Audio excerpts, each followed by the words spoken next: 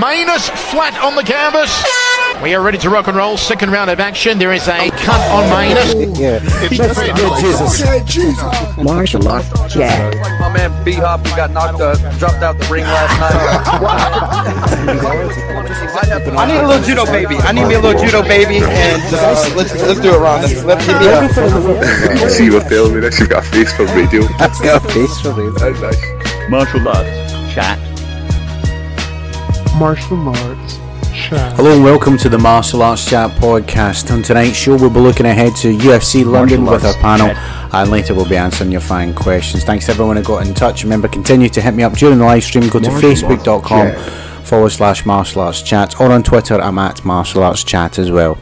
Before I introduce tonight's panel, just a quick shout out to our sponsors, A1 Fight Gear. A1 Fight Gear use the latest cutting edge boxing gloves from professional and amateur fighters, gym enthusiasts and kickboxers, so local and national gyms in the UK. Do yourselves a favour, go check out a1fightgear.com. And if you want to get into shape, get back into shape, then go to beastgear.co.uk, use the coupon code Martial Arts Chat. If you do that, you'll save 15% off your purchases. They've got coast sliders, straps, barbell pads, all sorts of strength and conditioning programs to suit your needs at any level. So beast your goals with beastgear.co.uk.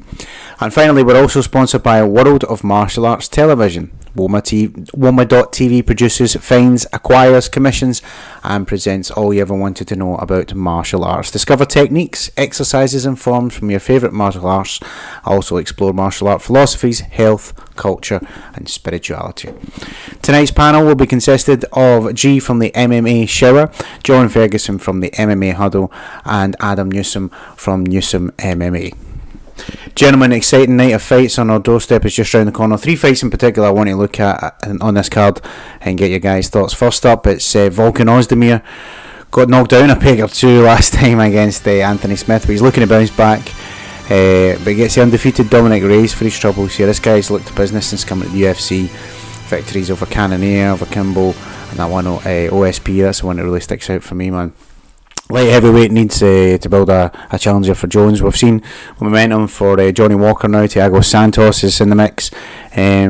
Could be fireworks this one. Let's get the panel's thoughts, and let's start with G on this one. G, no time versus Reyes. How does it go down for you? Yeah, okay.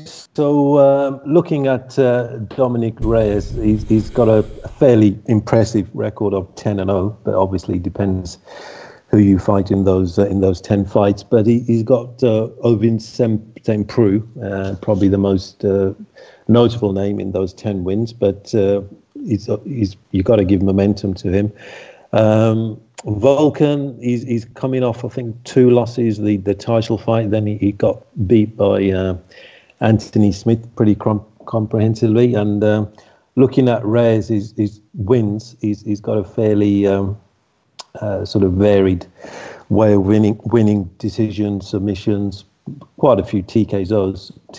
So he's got a fairly good finishing rate as well. So I'm gonna go with the momentum, and I'm gonna go with Reyes, probably TKO in the second round. Yeah, I'm a sucker for momentum as well, man, and you've got my vote. That's definitely the way if I was going to put money on it, that's who I'm swinging towards for sure, man.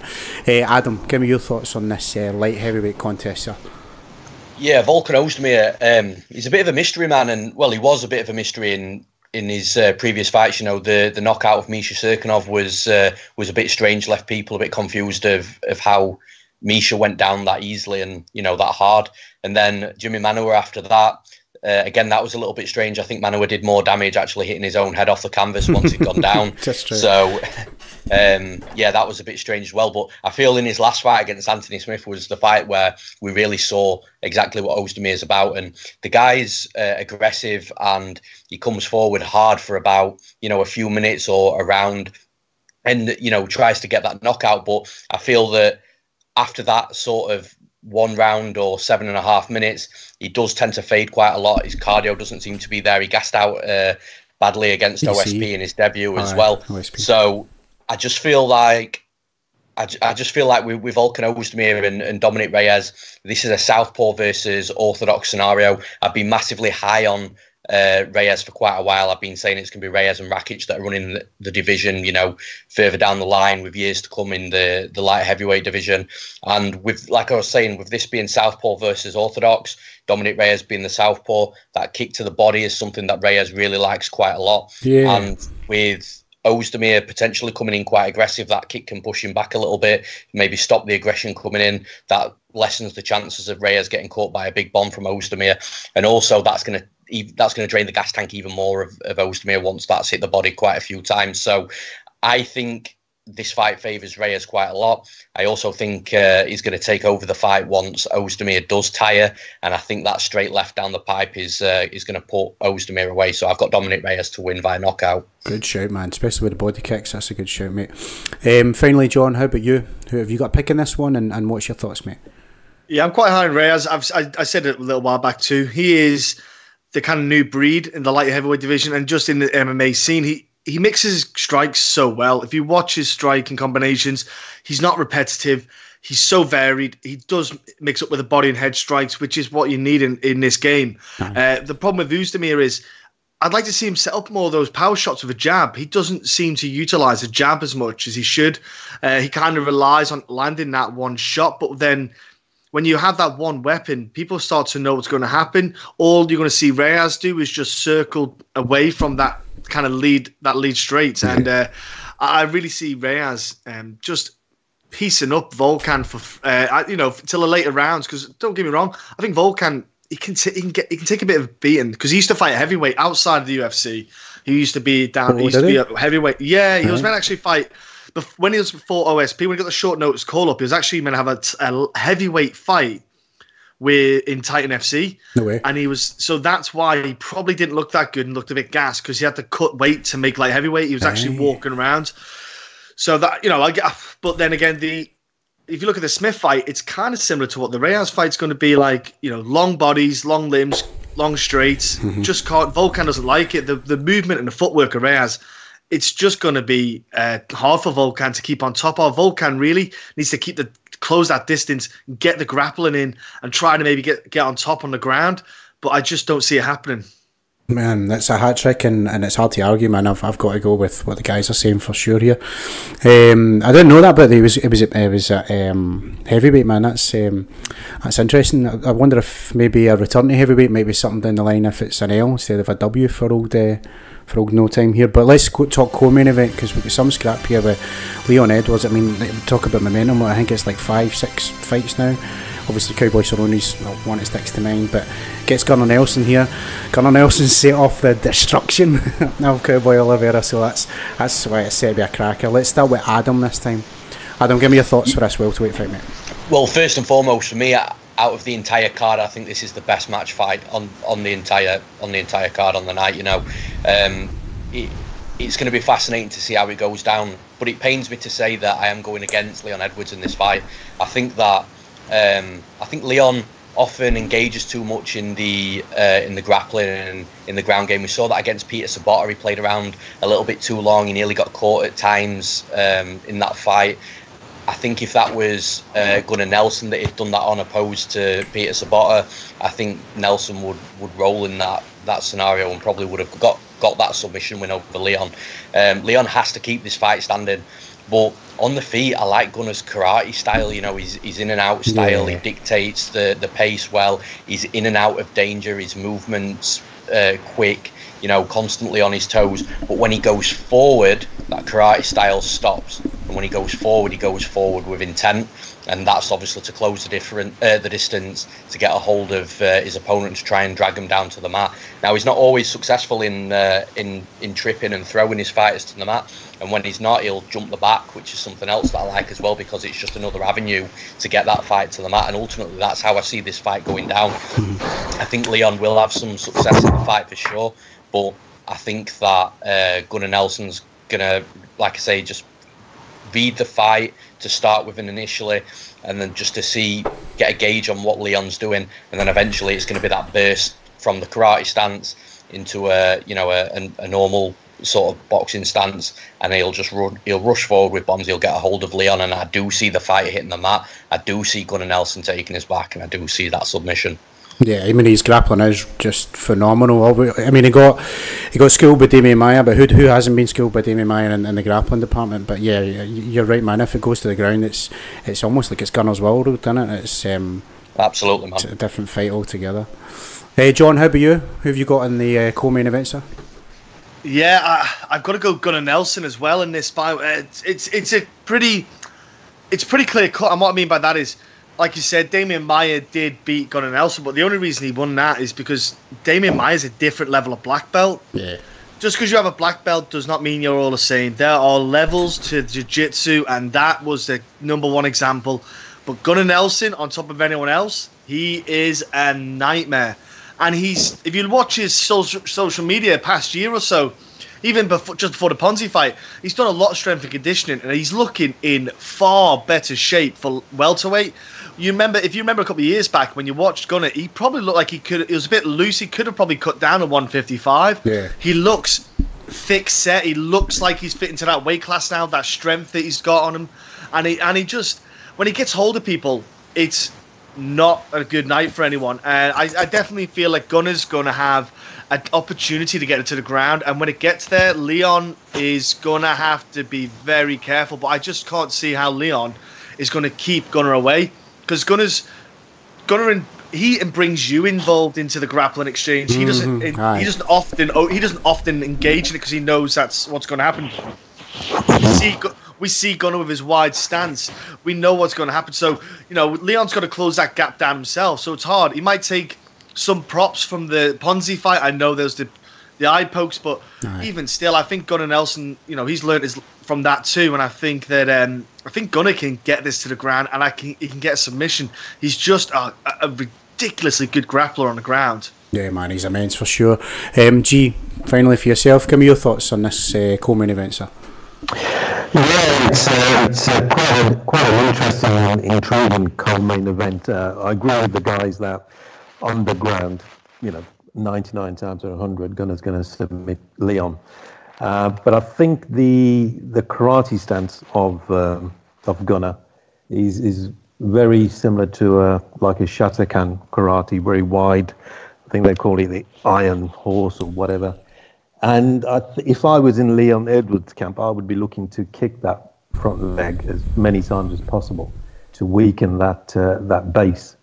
I don't think Gunnar's got the best wrestling ability, so Leon should be working on his defense of getting taken down and just keep as much distance as possible using the kick rather than a jab, and then follow up from kick to sort of low kick to high kick and possibly some punches.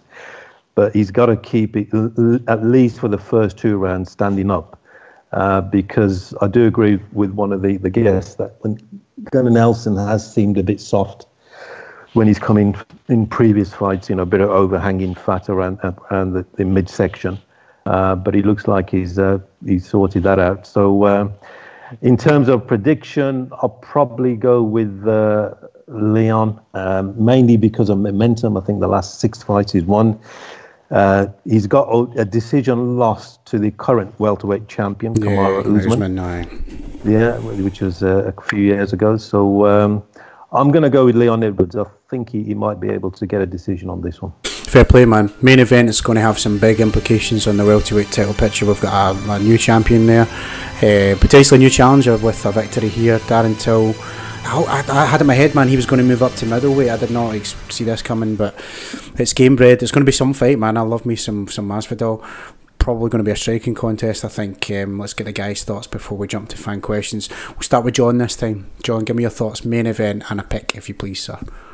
I don't know how Darren is still wanting to do welterweight. I've grappled with Darren. I've done a bit of training with Darren, and he is massive, absolutely huge. That dude is.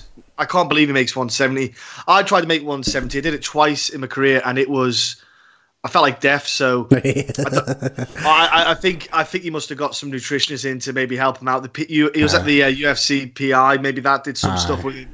But I don't know how much of a benefit it is. But he's going against Jorge, which on paper I was super excited about it. Really excited about this matchup because Jorge is game. We know what he's going to do. He just wants to stand there and box. But my only worry with Jorge is, and if you look at his fights, like he had a better output in a couple of fights, but his output is not high enough. He's almost like Jorge's waiting for that perfect shot to land a few times, and I just worry that that Jorge wants to maybe be aggressive, but Darren Till's certainly going to be the aggressor in this one, with that kind of, I don't want to say Stephen Thompson style stance, but he's going to have a similar kind of wide stance, long stance, and Jorge had a really tough time trying to figure that one out. I think Darren definitely is going to hit harder, kick harder than Stephen Thompson is. I do think that it's going to be a slight problem for him. And if you watch the matchup with Stephen Thompson, it's going to be similar to that. 5 rounds, I just find it hard. I don't think Jorge's going to get... He's got good grappling, don't get me wrong. I'd be surprised if he gets Darren down, because Darren does a lot of work with Mike Grundy, who's also on the card, and he has got legit... oh my gosh, his sprawl is horrible. Like, I think my face embedded into the ground when he got me on one of the sprawls. But I find it hard to see where Jorge is going to outstrike him, because he doesn't put the numbers out there enough. And I think Darren's going to have just this kind of rise from the phoenix, after that Woodley loss. He is not going to be a happy bunny. And I just think this is not the ideal matchup for Jorge, to be honest with you. It's a great matchup, but I can see Darren landing the better, more powerful shots, and certainly getting that. He has got a chin, but he's been knocked down a few times in recently. He's never been stopped in the UFC. So far, there's a chance it could happen here because Darren cracks. I'm going to go Till. I want to say decision because Jorge's, really tough, but I would not be shocked with a late stoppage maybe, but I'm going to go with Darren Till, certainly. That's a great point about the Wonderboy fight. I never even took that into consideration now, because there is a similarity there in stance and in style. So, and he just looks. Yeah, you're right, man. He didn't have any answers. He was like the rhythm, everything was just upsetting Masvidal's game. So, yeah, that's a question that's going to be answered come fight night. It's going to be interesting for sure. Adam, how about you, mate? How do you see the main event going down? Yeah, I think Darren Till's going to win as well, just straight off the bat. I think it's going to be a good fight, and I think there's a lot of narratives going around that, how Darren Till's actually so much bigger than Jorge. But when you actually look at the size difference between them in regards to, checking out the fight metrics and stuff like that, there doesn't seem to be a great deal between it at all. Now, the biggest thing is, obviously, like it's already been mentioned, Darren Till cuts a lot of weight, so he may be... sort of the thicker guy on fight night inside the cage, which could play a part. I do find it hard to see Masvidal taking him down, but I do think Masvidal will try over the course of the 5 rounds. I just think it's going to be a predominantly a striking battle. Till's very patient. He's got that nice Muay Thai. He reads and he sees things really well. And in a fight that's not against Tyron Woodley, where he's having to concentrate on other factors, sort of the one bomb and the wrestling and the takedowns and the grappling and that sort of thing, I think this is going to be a fight that really favours Till. He is going to be able to make those reads, especially early on. He is going to be able to make in-cage adjustments should he face some adversity inside the cage. Obviously, Jorge Masvidal's coming off back-to-back losses against Damian Maia and Wonderboy Thompson. We haven't seen him in the cage since November 2017, so that's a bit of a layoff as well now. Yeah. Layoffs tend not to be so prominent when you've got fighters at this sort of level, but I do feel that for at least around Masvidal will probably try and feel his way into the fight. I just see Till landing the better shots, the better strikes. I think when Masvidal comes in, especially sort of midway through the fight, I think he'll be getting hit with some hard shots that could also potentially make him hesitant to come forward and really start engaging a little bit more as well. I don't see Darren Till knocking him out. It's a possibility. I just don't see it. But I've got Darren Till to win. I'm going to take him to win by decision. Fair play, man. Fair play. Finally, G, main event in London. How does it go down, sir? Yeah, I'm really looking forward to this, John. Jorge Masvidal, the original backstreet fighter on YouTube when Kimbo Slice was doing the backyard promotion, right, so he's a proper scrapper. Darren Till is obviously loves a scrap as well. So is this Jorge Masvidal the original gangster against Darren Till the wannabe gangster? I'm not sure. But Darren Till's got pretty good grappling background. You know, he went to Brazil for, I think, 6-7 years. He actually did luta libre, which is a catch wrestling, judo, Brazilian martial art, not the classical Brazilian jiu-jitsu. So he should have some good catch wrestling moves in his locker. I think if Masvidal comes purely to scrap, that will play into Till's hands, because he is a fairly good counterpuncher. You know, he can pick people off, and he's got that sort of aggressive calmness where he waves his hands about and then tries to figure out the other person. So I think it depends on Masvidal's game plan. If he comes to scrap, which he's saying in his press conferences, which maybe he's going to say anyway to sell the fight, but I think Darren could pick him off, not easily, because Masvidal's got a lot of very good footwork and a lot of experience at a very high level. But I'm going to give it to Darren Till, based on he'll probably be able to, but he depends on his weight cut, like the lad said. You know, I thought he was going to middleweight, so if he's had a good weight cut and he's still got his strength, then I'm going to give it to Darren Till.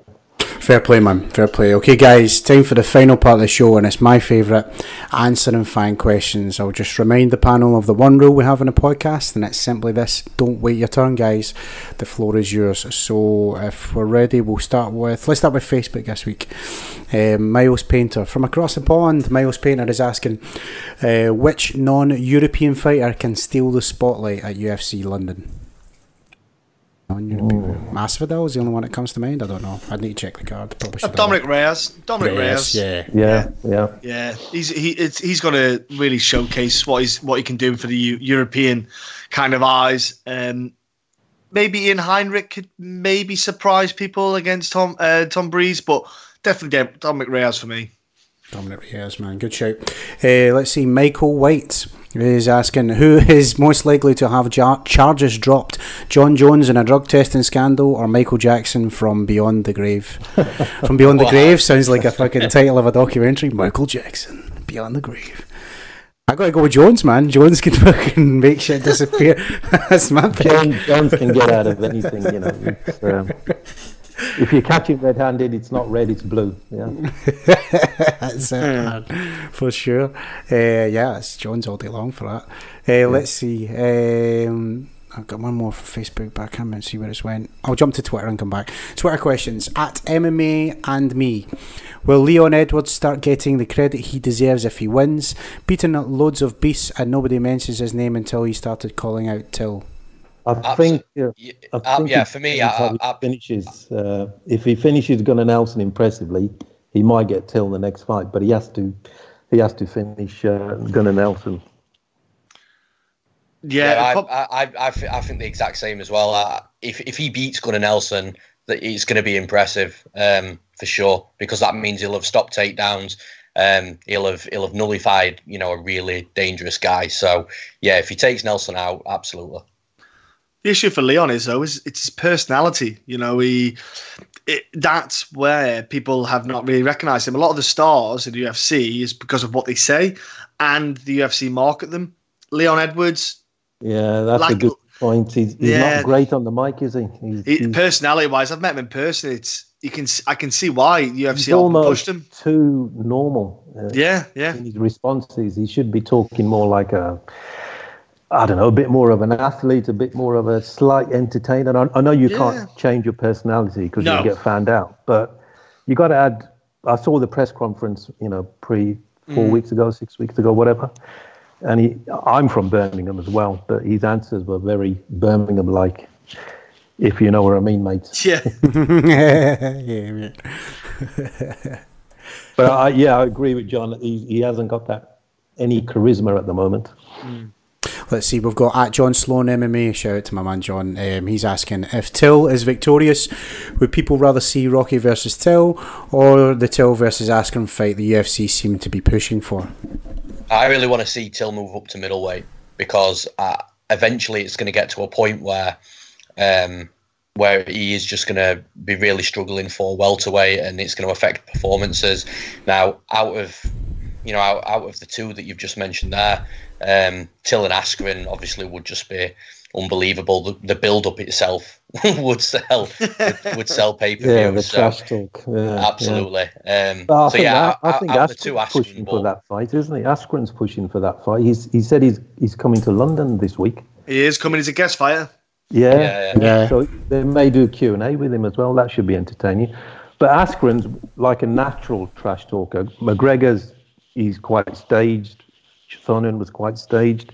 But Askren's just, American college kid, and he just says what's on his mind, and he says it with a bit of funniness, a bit of funkiness, and I think he's great from a talking perspective. Oh, I love it, man. I think it's hilarious. When he sticks it to Dana as well, man. Oh, I laugh up.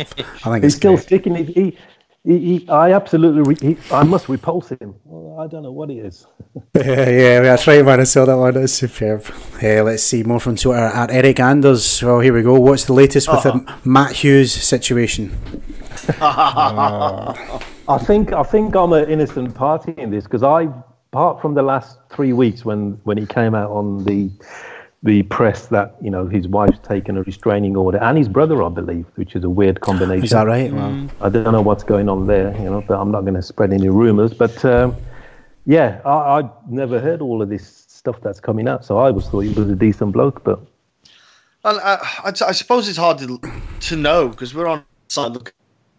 He got hit by a train, so I'm pretty sure, last time I checked, it's not going to be good for Ukrainian getting hit by a train. Yeah, man. So there could be onset kind of effects, mental kind of post-traumatic stress disorder, all that kind of stuff that obviously we're not around. And imagine being a guy that is capable of doing anything, and all of a sudden you need help to pull up your trousers.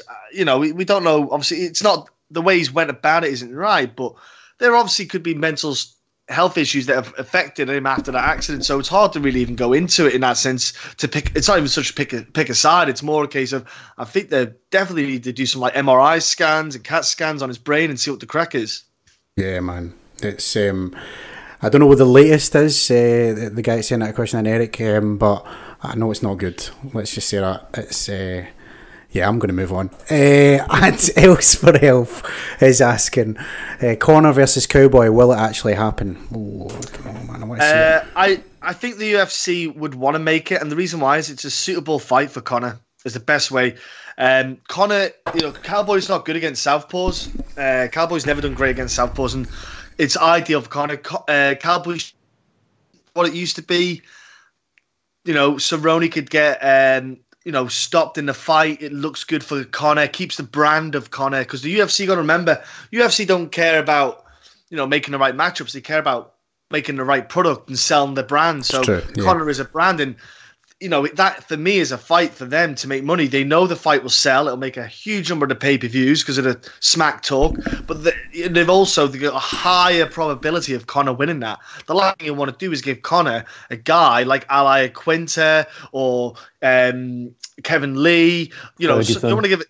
Ferguson. You do not want to give a guy like that to Conor, because there's the probability of the grappling aspect, which Conor, we all know, doesn't like, and Conor quits in the later rounds. Mm-hmm. So with this Cerrone fight, you've got a high probability of him getting a finish, and it just looks good for the Conor brand. So it keeps Conor wanting to keep fighting, potentially more money for the UFC, and that keep that cash cow going.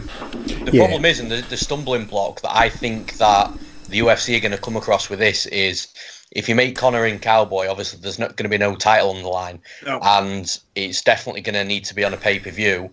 But McGregor will want to headline a pay-per-view, and obviously that's the chance of that happening is very slim, because pay-per-views can contain title fights, at least one. So I think that's the stumbling block that they're going to come across. Conor doesn't strike me as the type of fighter that's going to be happy sitting co-main or even just on the main card. So yeah, for me, I think it could be made. If there's going to be a stumbling block, that's going to be it though. Yeah, I know. I agree with you saying like that. This new era of the UFC, they're obsessed with the pay-per-view's got to slap a title on it. But I mean, look at Diaz McGregor 1. Like that was the main event, and I think the title fight was underneath, wasn't it? It was a women's. Holly Holm and Miesha Tate.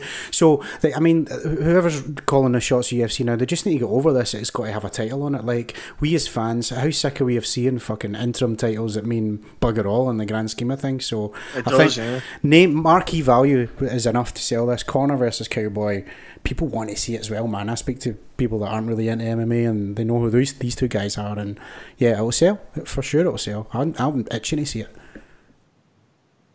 Let's see, we've got at Wellington, I think, at Wellington. How do you think Bigfoot's daughter will do in her debut? I didn't know this. Bigfoot's daughter's fighting, is she?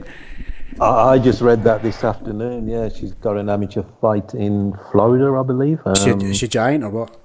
No, looks normal. She looks normal. She's only 6'3". Yeah. I don't know much about her.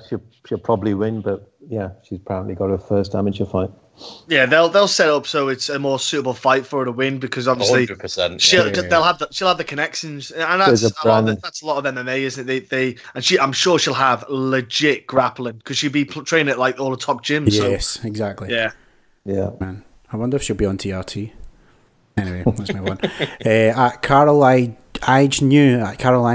Gustafsson versus Smith in Stockholm. Is it happening? I don't know. Is this I believe it. Yeah. It's confirmed, surprised. is it? Pretty much. Event. Yeah, surprised at that, but because obviously he literally had the day before. Was it Corey Anderson saying let's do it in Stockholm, right. And then all of a sudden that one comes along and you think, what's going on here? When is Stockholm? I think the UFC. Yes, they tried to make Jan Blachowicz and Gustafsson for that same event, but Jan was still he couldn't get the doctors. He's still injured, isn't he, or recovering? Yeah, I think this is a bit of payback from UFC because Smith didn't take the easy route out with a DQ when John Jones kicked him and kneed him in the face, which he easily could have done. This is, give him a main event in Stockholm, and I think this is a bit of thanks from the UFC. Are you suggesting, G, that John Jones just gets away with anything because he's John Jones? Because I would definitely. And kick someone in one round and you're not DQ'd. Man. Would you guys have taken that DQ just real quick? Well, I look at it like what Kev said last week on the show. Here's the thing: are you more of a man because that's meant to be the idea? Oh, he's doing himself proud because he's not called it. But then what if you call the DQ and there has to be a rematch? You're going to get your ass kicked for another 25 minutes. So like, you're going to make a load more money as well. That's the motivating factor in it. It's the cash for sure, man. Yeah. For sure. Well, that'll be interesting. When is Stockholm, Sweden? Is that in the summer? June, mate. That's pretty quick for someone that got smacked about for 25 minutes and kneed in the head as well, like you said, G. I thought he would have been on a medical suspension for quite a while after that. I'm surprised. That's quite a quick turnaround for Anthony Smith. It could be a 60-day because it wasn't a stoppage, so maybe 30, 60-day turnaround, so that's fine. I suppose. I also think this sets up John Jones and Maheta Santos as well with how this has come about, because they wanted Jan to take Gus. Gus was the second to last title challenger. Jan couldn't, so now they've given the last title challenger against the second to last title challenger, and then that lead with Maheta just knocking out Jan. I think that sets. It's pretty much in my mind. It's probably. But just on the suspensions, isn't that based on the athletic commission in the States, and you can't fight in that state again in 6 months? Oh, is that right? Is that how it works? I thought it was just on your record. I'm not sure. Yeah, usually the commission in the US, what the other commissions say, because obviously they don't want to have any accidents to happen. Obviously, they don't want someone to go in and get injured, and then. Liability.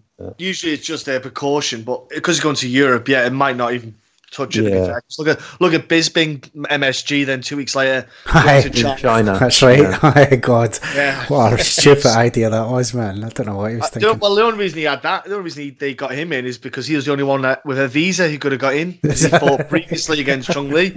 So good ridiculous. God, man. You get choked out by GSP. You've got one eye, and I don't know, it's all kinds of wrong, man. Whether he's got a visa or not, I don't know. I hope the money was worth it. That's the thing, man. There's got to be a payday involved, you would think, right? Yeah. We'll take one more from. I had another one on Facebook, but I don't know where it's went. We'll take one more from Twitter before we wrap up, which is at Wilk. What is it? Wilk4L. Wilk4L. Where do both JDS and the Black Beasts go from here after last night's victory/loss? I think JDS is another fight away from, one more win away from heavyweight title fight potentially. The guy's resurged in a huge way. Yeah, I think so. Like he's been winning fights convincingly, and he's just beaten a guy in Derek Lewis that's only just come off a title fight himself. So I don't think he's ready. I don't think he'll be there right now, but I think he's one win away. If they give him to someone like, I know this is it'll have to be a tough win, but if they give him to someone like Francis Ngannou when he takes him out, then yeah, he's there. It all depends on his opponent, I think. That'll be a good fight, man. That's a good shout. Well, yeah. Well, Francis asked. JDS asked for Francis, didn't he? He said like, I'd like that to happen. Oh. Yeah, he's up for it. I'm with you. I think JDS is one win away, especially Kane losing. And now we don't know what's going to happen with Kane. Now he's, last thing you want is to have him and Junior Santos fight again. You got Volkov, who's fighting. Who's Volkov got again? Overeem. So Stipe, we don't know what's going on with him. It's a bit of a mixture. But I think JDS, all he has to do is get one more, and he should get a title fight. Because I think it'll be for the vacant title, if I'm honest with you. Because I think DC is going to have that last fight against Brock if he can get it. Probably International Fight Week, if the UFC can make that happen. Yeah, I think so too. And then they'll open that belt up then for like a number one contender spot. The winner of Volkov. Maybe. I would try to make JDS and Miocic for the number one contender for Daniel Cormier. And that'd be a rubber match as well, right? Because they're 1-1. Aye. Yeah. But apparently, Derek Lewis blew out. He had a meniscus tear, ACL, MCL damage, and still went into this fight. So, yeah, exactly. So he didn't pull out the fight because so he might be out for a while anyway. And for me, Derek Lewis is a guy who's not got a skill set. He's just got this freak knockout power, kind of like Ngannou. So for me, if I'm anything, I'd be like, Lewis, let's try and maybe give you some more weapons to use in the fight rather than just relying on this one punch that if you can't land it, for example, like against Junior Santos, you kind of have options. Right. But it's glorious though when he landed it against. Who was that big Russian boy? Man! But it was like Homer Simpson. He was just like and smacked about and just taking it, and then obliterated the boy. The gum shield went flying. It was amazing, man. That's what made that fight because it was just amazing. Brutality. It would be amazing if you didn't lose a fairly sized bet on. Yeah, yeah, man. Oh, that was the night when his balls were hot as well. That was it, man. Hey, that's us, man. We're out of questions, and UFC London's just around the corner. So let's just extend the thanks. Thanks to everyone who got in touch. All your questions were awesome, guys. There is someone I've lost on Facebook. Apologies, man. I'll hit me up and I'll get it in next time. But let me extend my thanks to the panel as well, starting with my man G. Let our people know all about the MMA shower. And again, thank you for your time, sir. Yeah, thank you, John. It's been a great pleasure to be on again. MMA Shower monthly podcast. You can get me on email on the MMA Show 7@gmail.com, on Twitter and Facebook. Let's Talk MMA. And once again, thanks a lot, John. And you're producing some very good quality output. So thank you. Thanks, man. It's quality when it decides to work, though. Let's let that be the you can't control technology. That's it, man. No, I appreciate it. Thanks, brother. And thanks to John Ferguson. John, let our people know all about MMA Huddle and how to follow your work online, sir.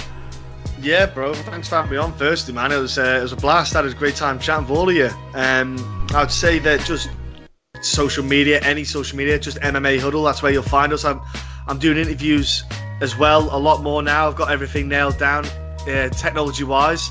Luckily myself, so I'm pumping out all the interviews with not just UFC fighters, but Cage Warriors.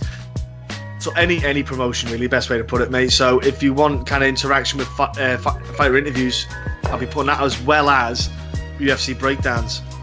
That's awesome, man. Finally, to Adam, massive thank you again for coming on the show. Let everyone know all about the great work you do there at Newsome MMA. No, it's my pleasure, man. Again, thank you for the invite. You can find my stuff pretty much anywhere on the internet. We've got my website, which is newsomemma.co.uk. You can get my premium bets there on there as well. You can follow me across all my social channels, so Facebook, Twitter, Instagram, Snapchat, YouTube. YouTube is where I've got my weekly fight breakdowns prediction podcast, the Noosh MMA podcast, and I also have fighter interviews on there as well.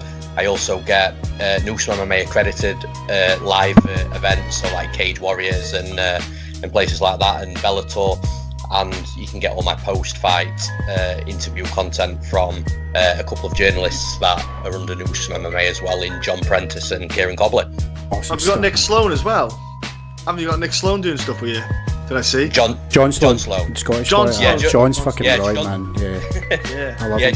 John's taking a little back step from Noosh MMA. He's doing more towards the freelance stuff now.